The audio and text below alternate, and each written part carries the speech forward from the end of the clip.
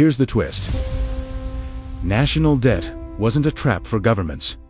It was a trap for citizens and a profit machine for the financial class. To uncover how that machine operates, we need to follow its evolution, step by step from its origins to its rise to the moment it became unstoppable, the invention of profitable debt. The story begins in the 12th and 13th centuries, when European rulers discovered that their ambitions, conquests, armies, fortifications cost far more than the taxes they could collect. They needed cash. Fast, and that is when merchant families in Venice, Florence, and Genoa stepped in. These families invented something revolutionary: tradable government debt. Instead of lending to a king directly, merchants created bond certificates that promised repayment with interest, backed not by the ruler, but by the state's taxing power. This was transformational. Suddenly, government debt could be bought, sold, split, combined, inherited, leveraged. Debt became liquid. Debt became an asset. But here's where the formula begins. The moment debt became tradable, there was a financial incentive to keep governments borrowing. Merchants realized something extraordinary. When governments were stable, bonds paid predictable interest. When governments were at war, bonds paid higher interest. When governments were in crisis, bonds became incredibly lucrative for those willing to buy them cheaply and hold until recovery. War, conflict, uncertainty, these became profitable events. National debt was no longer a sign of weakness. It was the raw material for a new business model. And as merchants gained influence, they shaped policy itself. Wars that should have ended early dragged on. Administrations that should have balanced budgets didn't. The incentives had flipped. Debt wasn't a burden. Debt was a product. Rise: how debt became the engine of empires. The breakthrough that turned this into a global system came from a small country with big ambitions. The Netherlands. In the 17th century, the Dutch Republic created the first truly modern bond, market transparent, regulated, reliable. Anyone could buy government debt with confidence. And because the Dutch government had high credit worthiness, its bonds became the preferred savings vehicle of Europe's wealthy. The Dutch discovered a new truth: the stronger a nation's credit rating, the more profit can be extracted from debt. Debt became self-reinforcing. Good credit lowered interest rates. Low rates encouraged more borrowing. More borrowing expanded military and commercial power. More power enhanced the nation's credit. The system fed itself. But the real explosion came with Britain. By the 18th century, Britain had refined the formula into a weapon. Parliament created the Bank of England, a private institution with a public mandate. In exchange for lending to the state, the bank received the authority to issue banknotes, effectively creating money. This was the moment debt, money, creation, and profit became inseparable. Here's the core mechanic. Government issues debt bonds. Banks buy the bonds. Banks use the bonds as collateral to create new money. Newly created money enters the economy, boosting growth.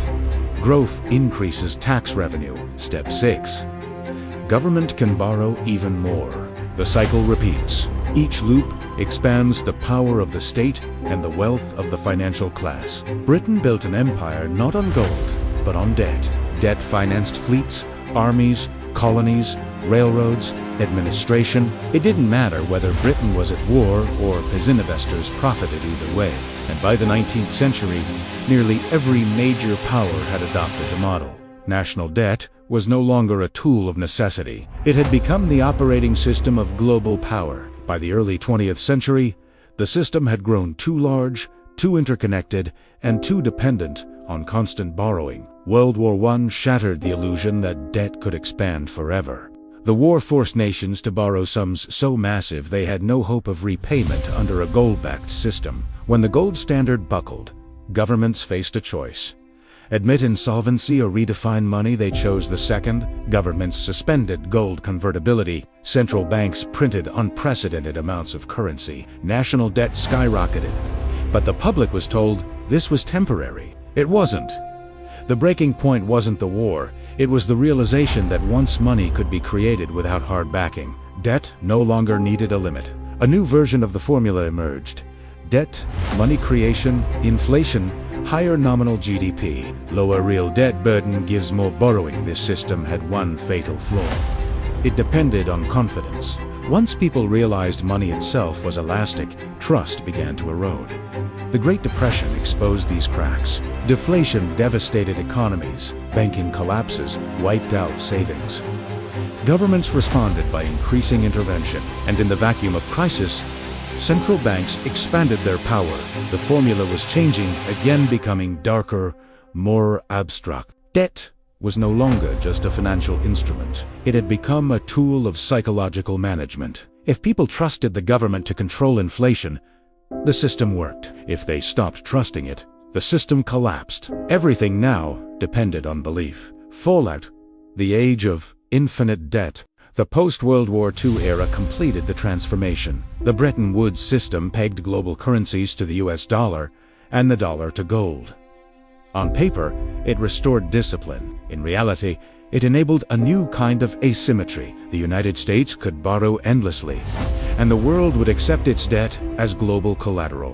But in 1971, when foreign nations demanded gold in exchange for dollars, the US closed the gold window. Money became purely fiat. That was the true birth of the modern formula. Debt equals money, money equals debt. Creation of one requires creation of the other. Central banks realized something profound.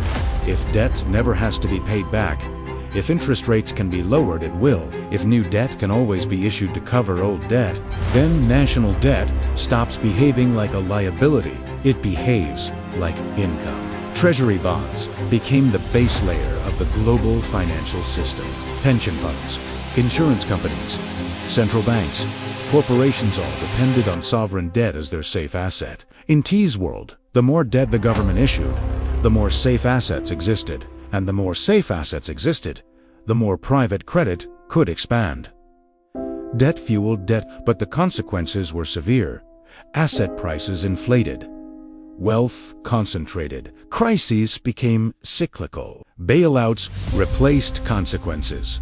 Financial markets grew larger than the real economy. Every crash from the 1980s, debt crises to the 2000 dot-com collapse to the 2008 financial meltdown was met with the same response: lower rates, more debt, more liquidity. The formula had fully matured. It no longer needed growth, productivity, or balanced budgets. It just needed expansion, endless expansion. Failed fixes, WHY. Nobody can stop IT politicians' promise to reduce national debt. None do, none can.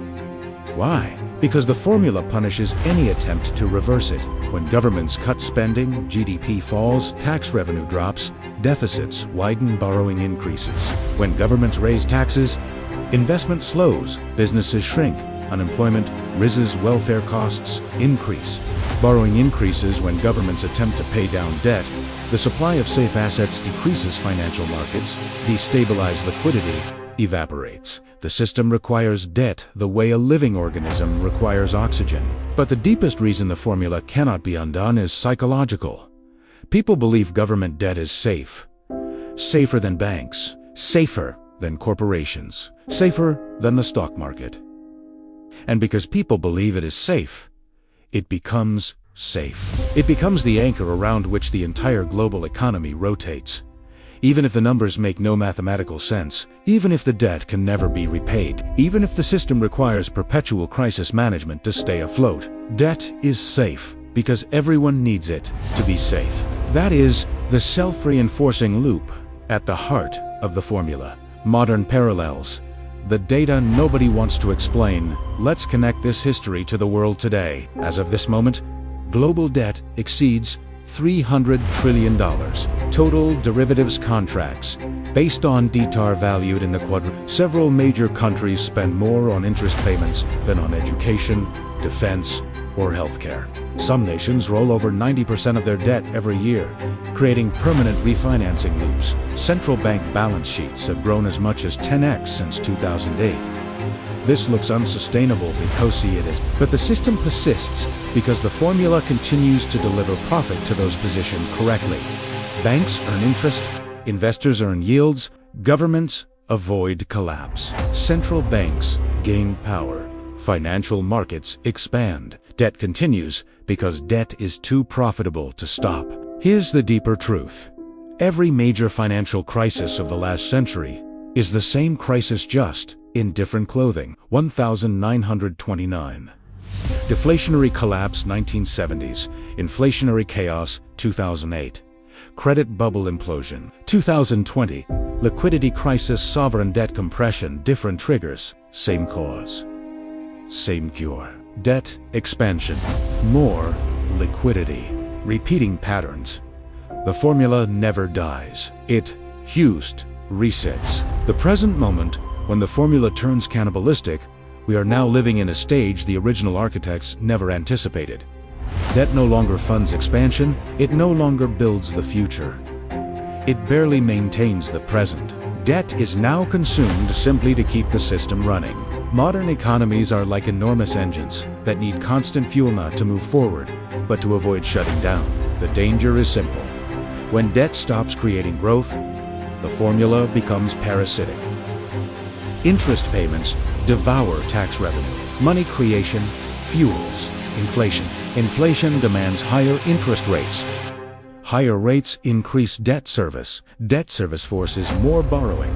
The cycle becomes We are nearing the point where nations borrow money just to pay interest on earlier borrowing. This is the moment in history when previous empires fell. But today, instead of collapsing, the system adapts by pushing the formula deeper.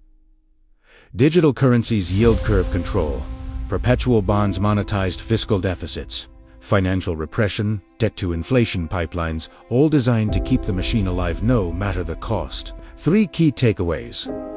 National debt is not a burden, it is a business model that generates profit for institutions, power for governments, and liquidity for markets. The system depends on expansion, not repayment. Debt and money are now the same thing. Modern economies use government bonds as the foundation of the entire financial architecture. Without debt, money creation collapses. The formula reinforces itself through belief the system works because people trust it. And as long as they trust it, the incentives guarantee endless debt creation. Every financial empire in history has discovered the same truth. A system built on ever-expanding obligations eventually reaches a moment when the obligations grow faster than the system that supports them. We are closer to that moment than ever before.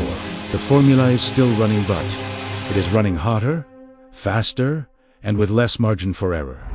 The question is not if it breaks, but how the world will respond when it does. If you want to understand the next stages of this financial transformation, its winners, its casualties, and the unseen forces shaping it, make sure you subscribe, hit the bell, and share this video with someone who still thinks national debt is a simple accounting issue. The more people understand the formula, the less power it has over them. This is Atom Finance, and we just pulled back another layer of the global money machine. Subscribe.